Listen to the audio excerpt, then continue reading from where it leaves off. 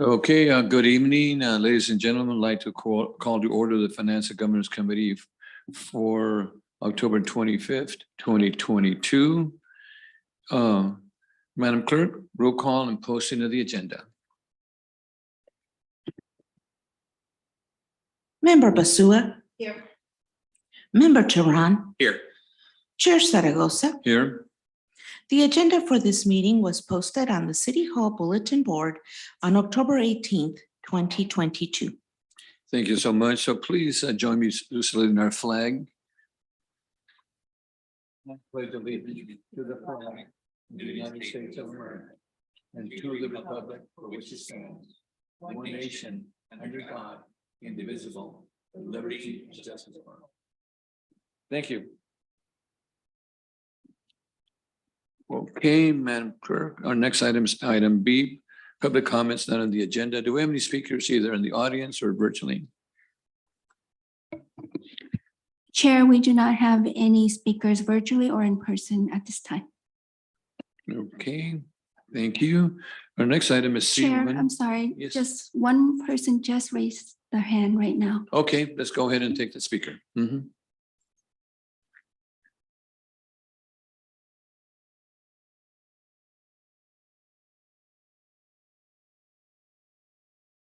Hello? Yes, caller Can you hear with phone number 4076, you have 3 minutes. Go ahead. Thank you. Committee chair, committee members, city staff, and the public. On September 20th, I submitted a public records access request asking for existing financial information pertaining to the golf course operations for FY 2020-21. Today is October 25th, which is over a month since I initially submitted the PRA. And to this day, I have not received anything from the city. Why is this? Why is the city dragging its feet? The only information that I received from the city clerk's office is that the assistant city attorney was discussing this with the Public Works Department. But why is this necessary? Discussing what? Why does the city attorney department need to get involved with a simple request for financial records from the city's contracted manager for the golf course? This information is obviously available since AGC keeps track of all of this. So what is the city hiding? Where's the transparency with this, which the city frequently claims? Is this financial data confidential? If so, why? And if it is, why hasn't the city made such a claim or told me so? And for simple matters related to golf course operations, this certainly shouldn't be, as I've received the same information in prior years. So what can be different about FY 2020 and 21? Unless, of course, the city has something to hide. But do you? So I asked the question of the Finance and Governance Committee. Is this the proper way to display transparency to the public? When is this city going to provide the data that I've requested? This data is available as AGC uses it to support the city's annual financial reporting. I'm not asking for any special compilation or formatting, just what AGC already has in their files. I look forward to the city's response, which is way overdue. Thank you. Thank you. Does the city clerk have your name and phone number and so forth? Okay, thank you. Yes, she does. Okay. Chair, we have one more person. Go ahead.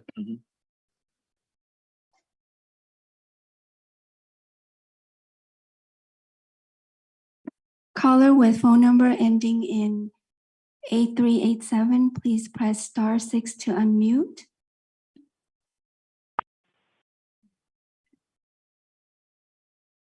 Can you hear me? Yes, Hi, we can you hear me? Yes, can you introduce yourself, please?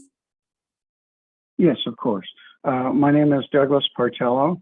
Good evening, Chair and members of the Finance Committee, staff, and the public.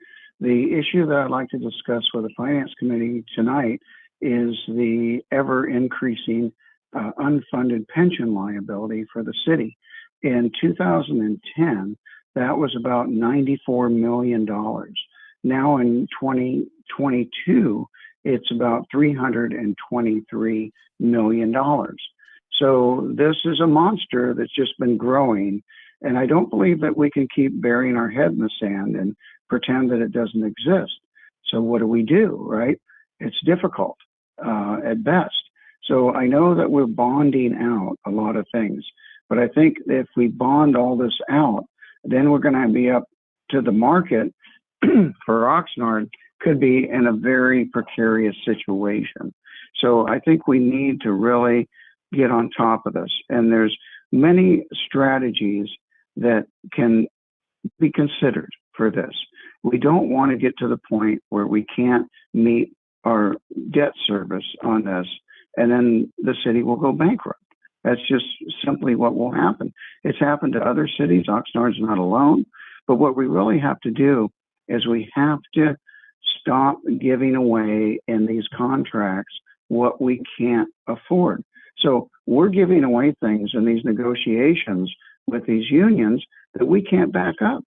And the proof is in the debt escalating higher and higher and higher. So what can be done? So the fixed pension benefit, that has to be looked at, that perhaps those that we've given promises to, we've got to keep those promises. We can't let these workers go out in the cold. But what we could possibly consider is future employees to not be included in this fixed benefit pension system. That will help us to not keep increasing it. We've got to deal with the debt we have now.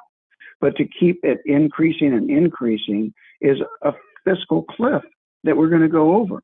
We can have more part-time employees. We certainly can consider bonding out some.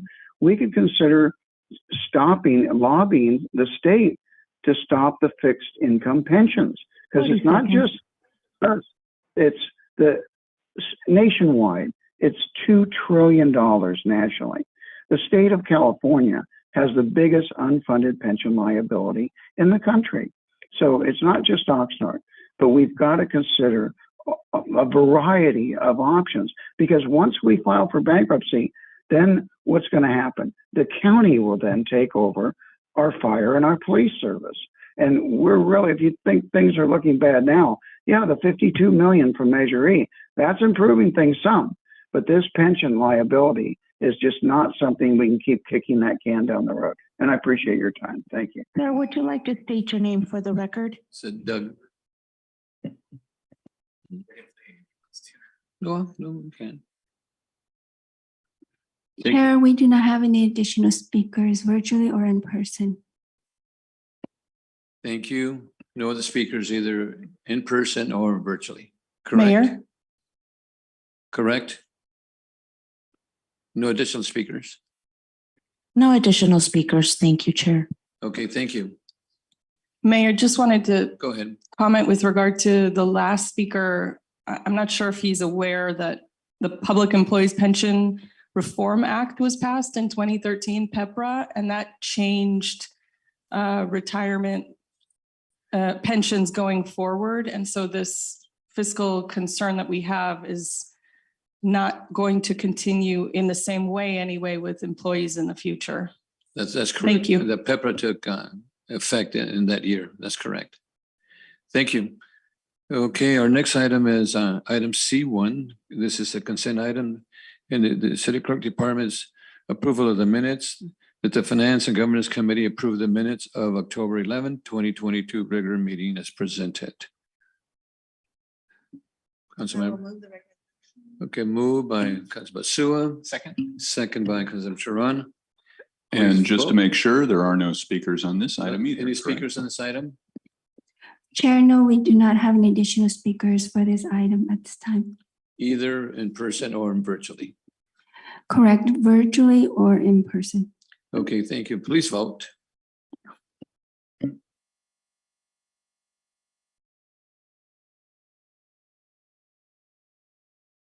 Okay, Motion passes 3-0. thank you. Okay, our next item is no speakers. Okay, let's continue then. D1, this is Fire Department authorization to submit grant applications to the Federal Emergency Management Agency, FEMA, assistance to firefighters grant matching requirement of up to $153,622. The recommendations to Finance and Governance Committee recommend to the City Council adopt a resolution. And 1, to allow the submission of 7 grant applications to FEMA, assistance of firefighters grant for $1,689,842, including a 10% local match for the purpose of procuring 10 Lucas devices, and type A apparatus and an air compressor and paramedic school and USAR hazmat and fire prevention training. Also, number 2 is to authorize the city manager to designate and execute the grant agreement if the funds are awarded to the city. And 3, authorize the chief financial officer or designee to submit financial reports and grant claims for the use and manage of the grant funds and perform all other required financial actions. And 3, that authorize the fire chief or designee to submit non-financial reports. And again, this is under Measure E. It was a pre-recorded presentation. And we do have our chief, Alex Hamilton, or designee here with us today if the board requires any additional information. Council members? No, I have no questions. No questions? Councilman Turan? Yes, thank you. I'm wondering if we would be able to get just a brief overview on the grant we have here. It was mentioned in the recommendation that there is matching, if we know what that level of matching requirement is on the part of the city. And then I have one follow-up question from that. So. All right. Good evening, Mr. Mayor, Councilmember Tran, Councilmember Basua, John Colomarino, the Assistant Chief of Operations at the Fire Department. Mm-hmm. As far as the local match goes, the local match is usually approximately 10%. And the only, I'll call it, I don't even want to call it a wild card. The only thing that is potentially up in the air on this is the cost of the Type 3 fire apparatus. That we have our best estimate for that, but with the way the supply chains and things have been going, that could change somewhat, but the local match should be no more than 10% of the total. Okay, and that was my follow-up question, actually. There's a number of things that are mentioned in there, such as the paramedic school and the fill station.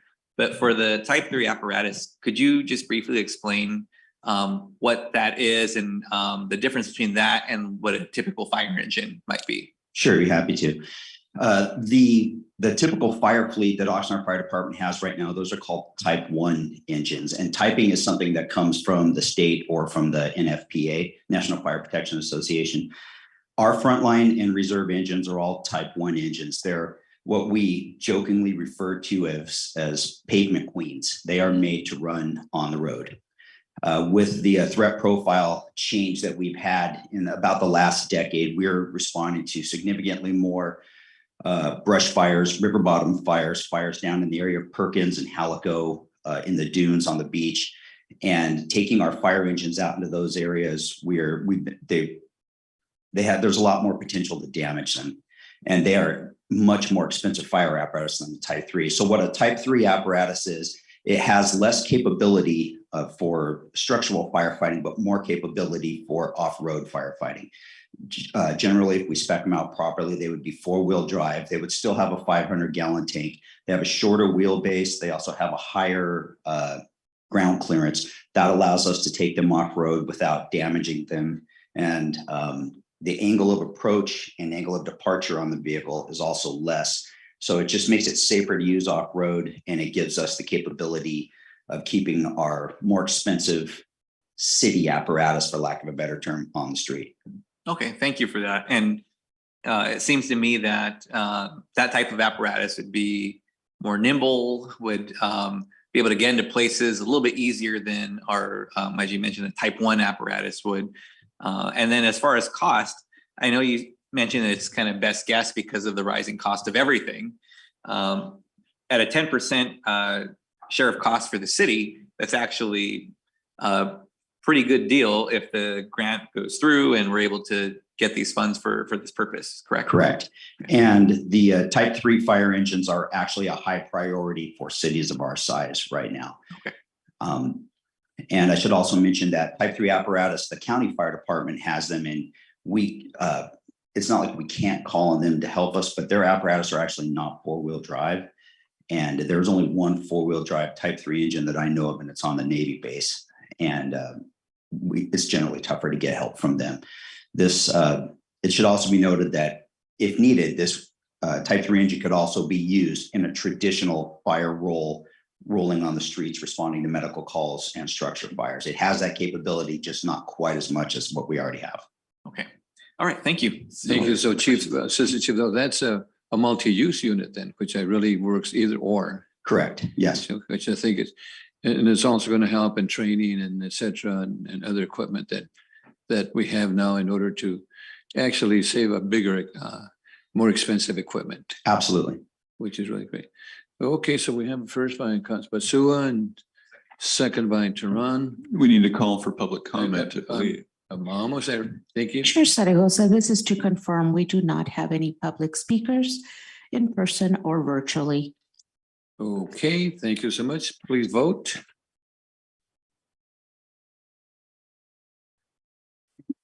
Chair Zaragoza, may I please confirm who made the motion?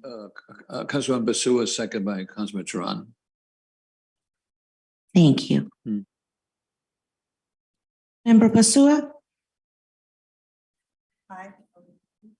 Oh, my apologies. Because it's not working up there, right? So. Motion passes 3-0.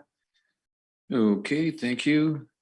Our next item is item number 2. This is subject appropriation of wildlife fire reimbursement revenues. The recommendation that the Finance and Governance Committee recommend that City Council appropriate $303,068 to the fire department to restore the department's original training budget to improve and expand training related to mutual aid response and to acquire equipment and supplies needed for the mutual aid response to wildland fire events. And again, this under Measure M was a pre-recorded item. And we have Assistant Chief. Again, if we have any questions, council members. So in other words, so this is a reimbursement that normally is required under when they call out a mutual aid or under assistance of fires. Is that correct? Yes, Mr. Mayor, it is. It's reimbursement through CFAA, the California Fire Assistance Agreement, I believe is the acronym. And when we deploy personnel on mutual aid fires throughout the state, we are reimbursed at what's called portal to portal from the moment they leave to the moment they get back. And so we'll get the funding back, then we reimburse the city council for the use of the budget. Yes, sir. Right now, when we incur expenses during mutual aid deployments, those come out of our training budget. And this reimbursement is just it's making our training budget whole again. To replenish it, yeah. Yes, sir. Oh, council members, Councilman Tehran. Thank you. That was kind of along the lines of the question I was thinking. So I appreciate it going out, just kind of a basic explanation of what we have in front of us.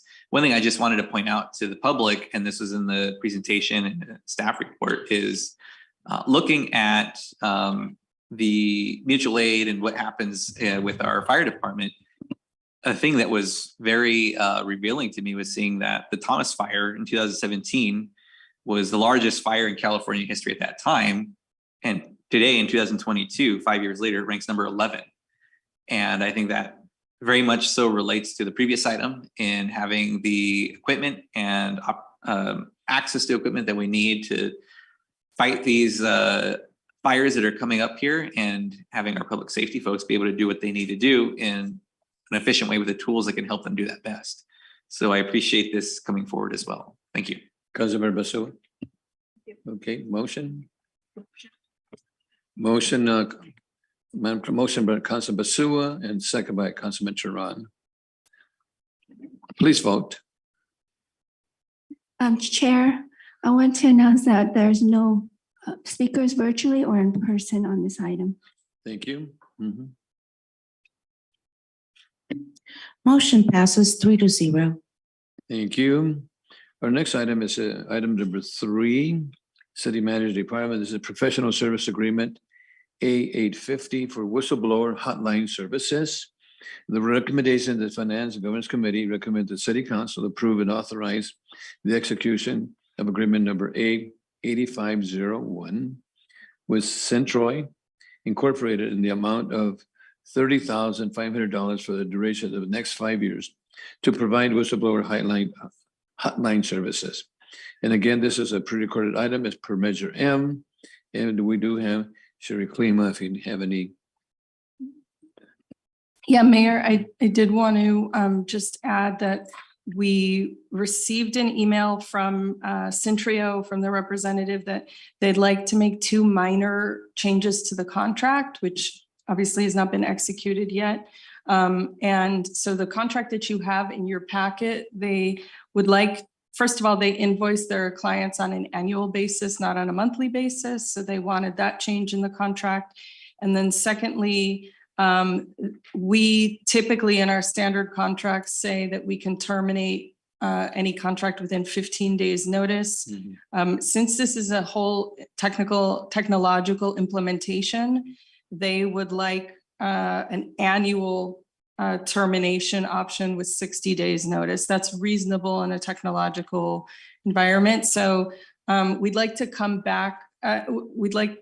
If you allow us to proceed, we'd like to get the amended contract by the time that this goes to council. Okay, so in other words, we're going from 15 days to 30 days and From 15 to 60, and it's 60. annual Annual, termination. So okay. we either terminate 60 days before the beginning of the calendar year, or we're with them for that calendar year. okay, with those amendments, council members. The motion. Well, Any public, Chair, we do not have public speakers virtually or in person. you okay? thank you, Oh, Mayor. Councilmember Tran. Just real quickly, I'm wondering if Ms. Klima or someone from staff would mind just sharing for the public just briefly what this item is and what we're looking at as a service from this particular vendor. For 5 years. Sure, Mayor, council members. So the former whistleblower company that we have had since 2017 gave us notice this summer that they cannot continue with this contract. And so we went out for an RFP. Councilmember Turan and City Attorney Stephen Fisher and myself were on the panel that reviewed the proposals that came in, and we're recommending this new company. The company is providing a technological service, basically, that any resident or any employee can call in or can go online through the city's website and confidentially provide a complaint. And what they're getting at is fraud, waste, and abuse. So if there is any suspicion of fraud, waste, and abuse, they send that to the internal auditor, who actually, while it's called an internal auditor, it's an external consultant who will do the investigation. They'll look into if there's fraud, waste, and abuse and report directly to the Finance and Governance Committee and to the City Council. And I think, can I share something real quick? I think confidentially, I think it's really important. Yeah, Mr. City Attorney. So as you will recall from periods, they do the internal auditor in the past has given periodic reports as to the whistleblower hotline use. And as you'll recall, the vast majority of those calls into the whistleblower hotline do not have to do with fraud, waste, and abuse, but may have to do with a personnel issue, a code compliance issue. And part of what this vendor will do is, if it is not a fraud, waste, and abuse issue, we'll get it to the proper city contact so that the complaint can be given to the right person to respond to it. And often, it's often the case that the calls have nothing to do with the city of Oxnard. They might have to do with County of Ventura or, some health issue with COVID. But it is a resource that's available. It's posted onto our website. There's a link to it. And it's not just calls on a phone. Complaints can be submitted by email. They can be submitted through the portal, the link from the city's webpage will take them to. By the way, good work, for the committee that. Thank you, Councilman Turan. And Chair, we have one speaker raised their Okay. hand. let's go ahead. Mhm.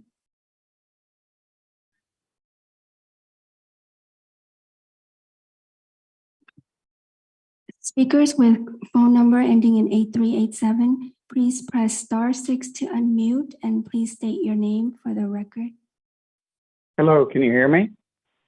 Yes, we can hear you. Can you please introduce yourself?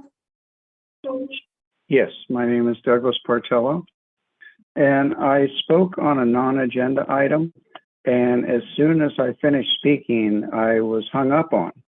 So this has been an issue in terms of the Brown Act, and so it continues to be an issue here.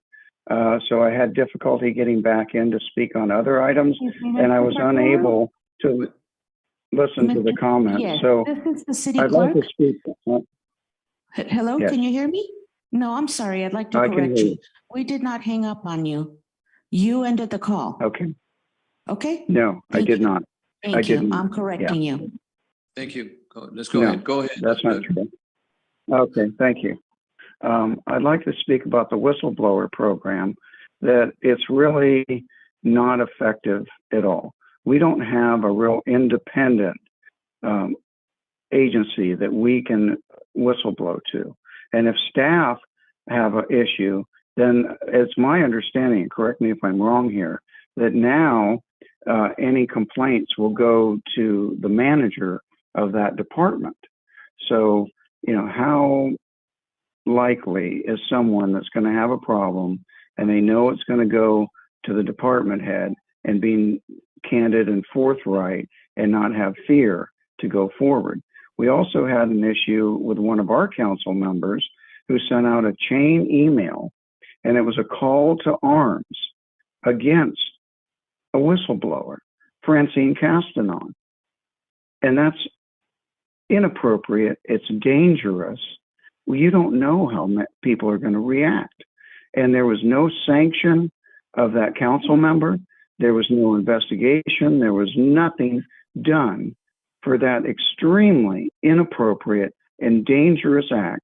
Now, this is a council member who promoted the whistleblower program in years past, and now is calling out whistleblowers. So we have a very ineffective whistleblower program. And I believe that there's some structural changes to this program that are necessary so that people aren't intimidated or reluctant to come out. When you have a council member who is making a call to arms against a whistleblower, that does not promote people for speaking out on issues. 30 It does seconds. the exact opposite. So I think we really need to look at how this whistleblower program is set up, not just that we're getting a new vendor to administrate the program, but how it actually works in terms of allowing people to bring in complaints or comments that will be addressed and not a fear of retaliation, because this is the onus that's on persons that might wish Thank you. to speak out, but Your they time won't is now. up. Thank you. Thank you. Councilman Sharon, followed by the city manager. Thank you. All right, well, I'm glad we had a speaker on that. So Ms. Klima or Mr. Nguyen, there were a couple of comments made and questions that came up. Just to clarify for the benefit of the public, or at least the member of the public, is this an internal whistleblower program? I thought, we just talked about that it's someone who is a vendor who's external to the city who's contracting with us to do this program.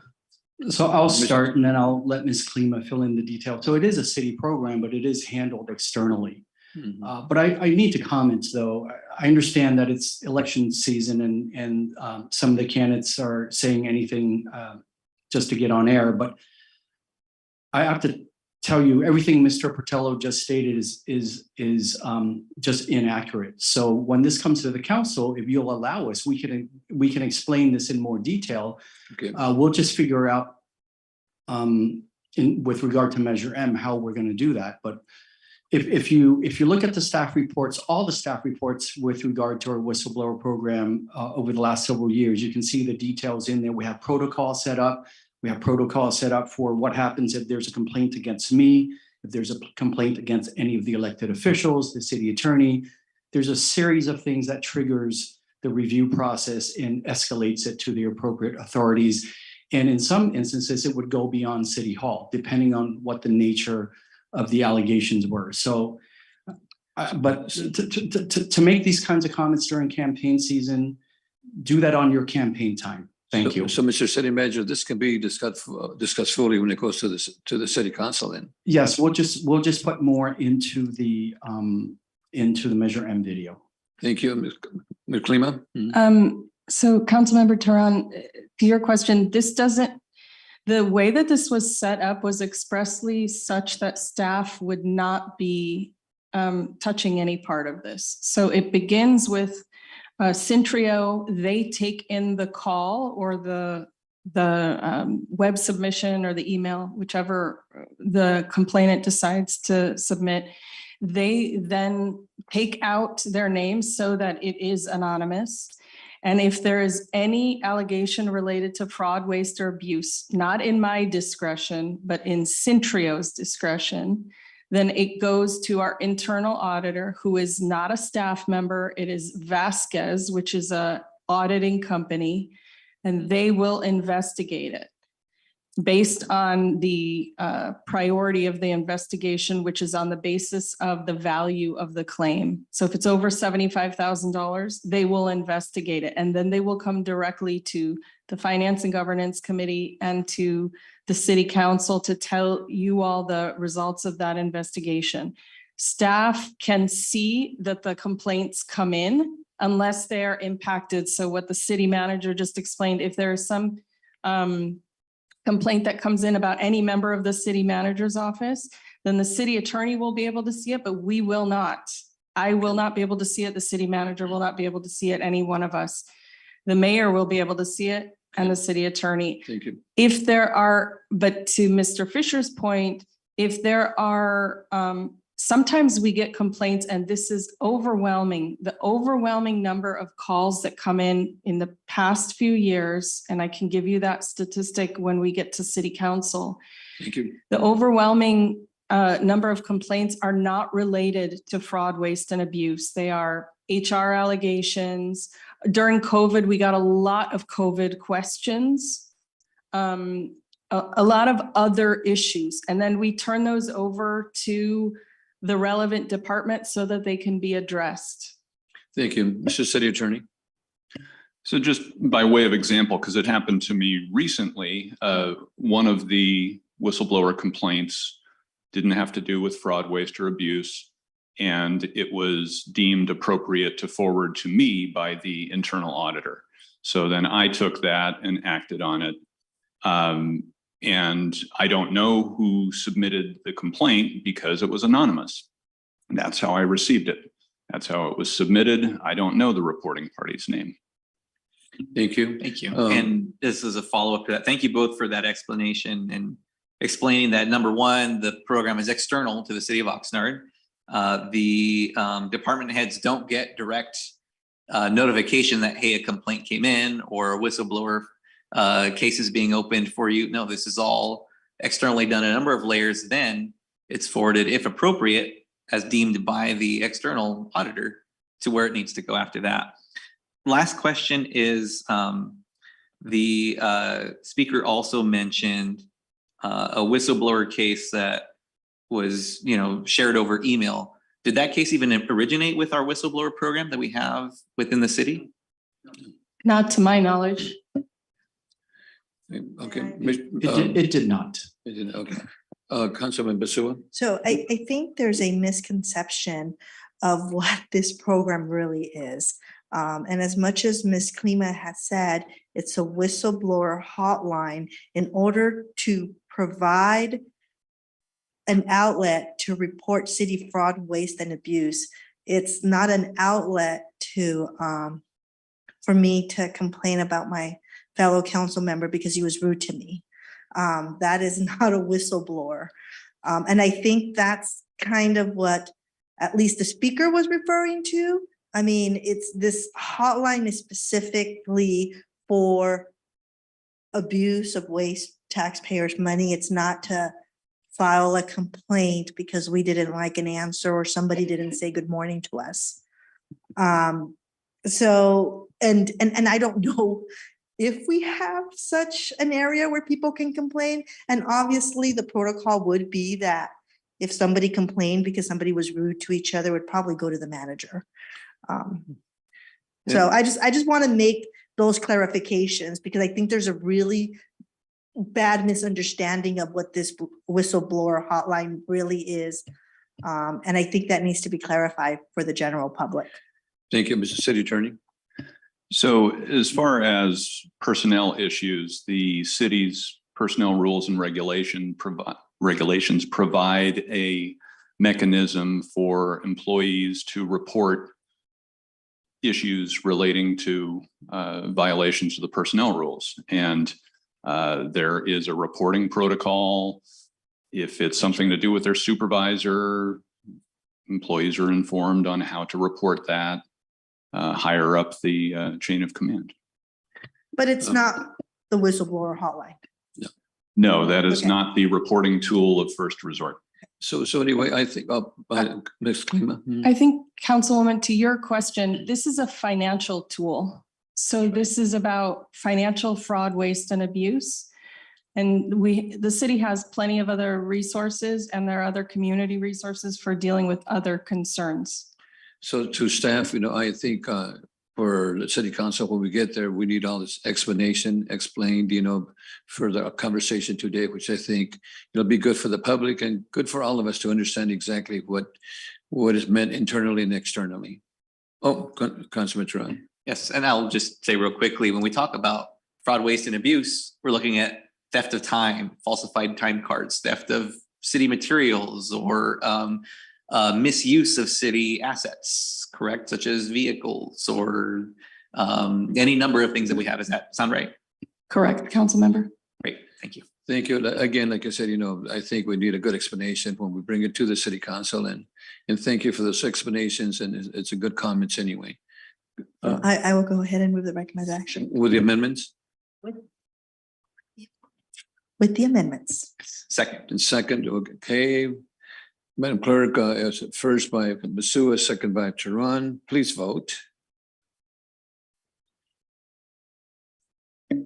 Motion passes 3-0. Thank you. Okay, our last item is, this is the financial part.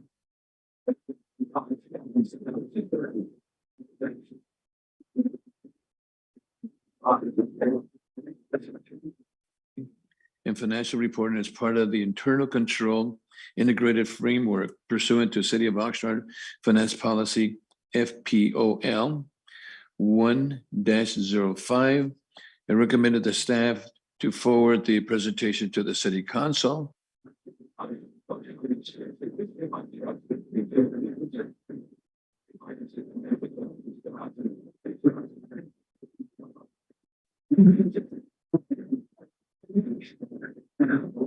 Add any additional?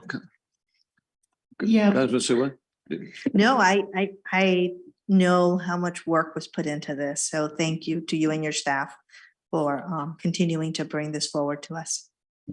Thank you. Appreciate it. Betsy George, Chief Financial Officer, and really Jennifer Hiraoka, our Senior Manager of Internal Controls, is the one that's done all the work on this. And this, just in summary, is a continuation of the work we're doing as we're mitigating all the audit findings from years past and enhancing our processes and procedures and the internal controls that we have within the city. This is just a continuation of that work as we assess processes that are in place. Thank you. Councilman Turan. Thank you, Mayor.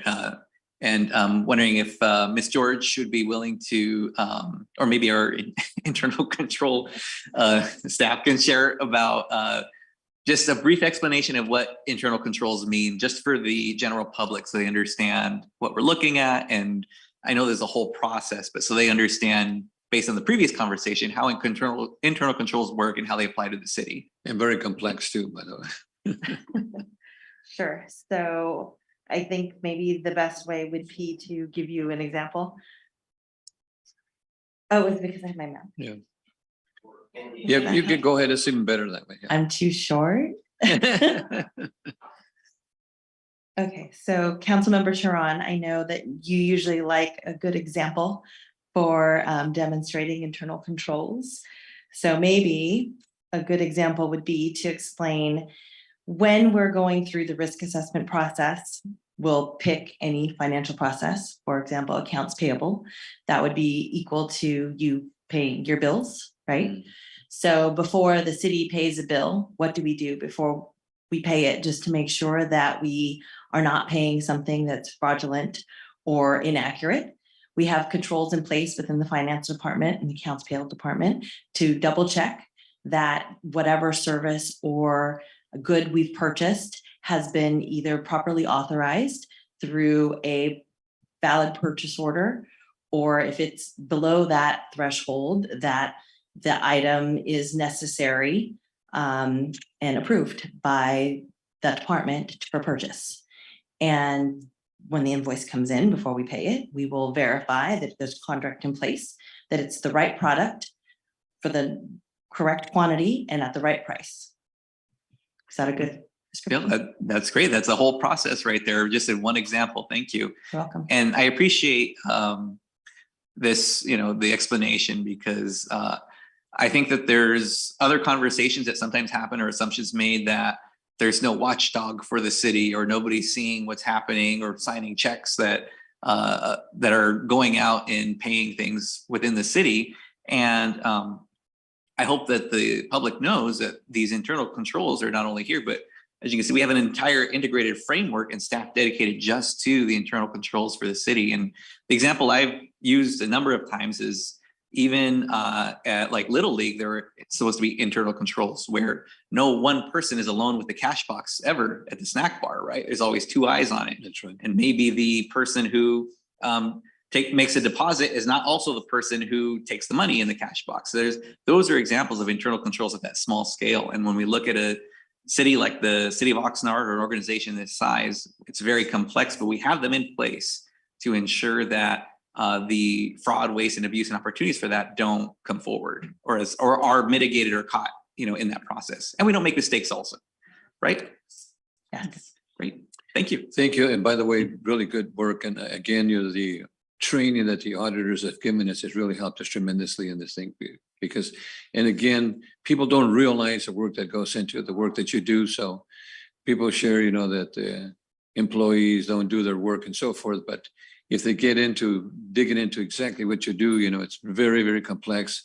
And we're protecting our residents' monies, which are citizens' money, which is really important. So thank you. Thank you so much for the good work. Thank you. Chair. What I was going to say, any speakers? No, Chair, we do not have any speakers virtually or in person for this item. Okay, so we got a first by Councilman Basu, a second by Turan. Please vote. Thank you. And Motion carries 3-0. by the way, council members, I'd like to ask Mr. Hartello. He said he didn't continue or we didn't give him enough time to make his presentation. Mr. Bartello, if you're listening to us, if you believe that you didn't have enough time to speak, right now is the time to do so.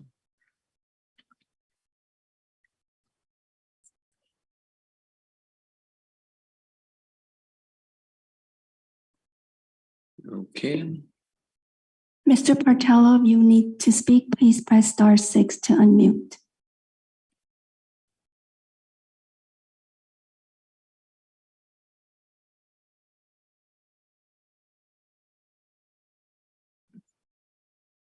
Okay, do we have Mr. Bartello?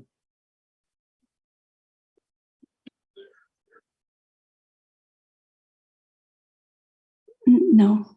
Okay, then we give him the opportunity. I just want to ensure that if he believes that we didn't, right now is the opportunity to make up for that. If not, then council members, our next items for future agendas. Go ahead, Councilman Sharon. Thank you, Mayor. I'm wondering if I had emailed Miss George about something just a few days ago. It was an item that was brought to my attention by a resident of the Wagon Wheel Neighborhood Council, and it's the California State Auditor's Report. And I want to thank you for getting back to me with the really comprehensive information about that. The general public may see that, and I'm wondering if in the near future we can have a report come to this council about our kind of general financial situation now, because this is a few fiscal years back, this report, I realized. And maybe we can get an update for the public in real time about where we are now, where we are with bonds, and how financial health looks for the city of Oxnard. Okay. Shereen, Yes, no problem. We can do that. Thank you. thank you. Councilman Basila? No? If not, we're adjourned. Thank you. Chair Zaragoza, we need a vote on the last item. We were waiting for the public comment from Doug Martello, but he never spoke up. So we still need to do a vote on the last item. We did it. Yeah, it was 3-0. Okay. Yeah, I believe the vote was announced and it was 3-0. 3-0, yes. Okay, thank you. Okay, thank you. So we're adjourned.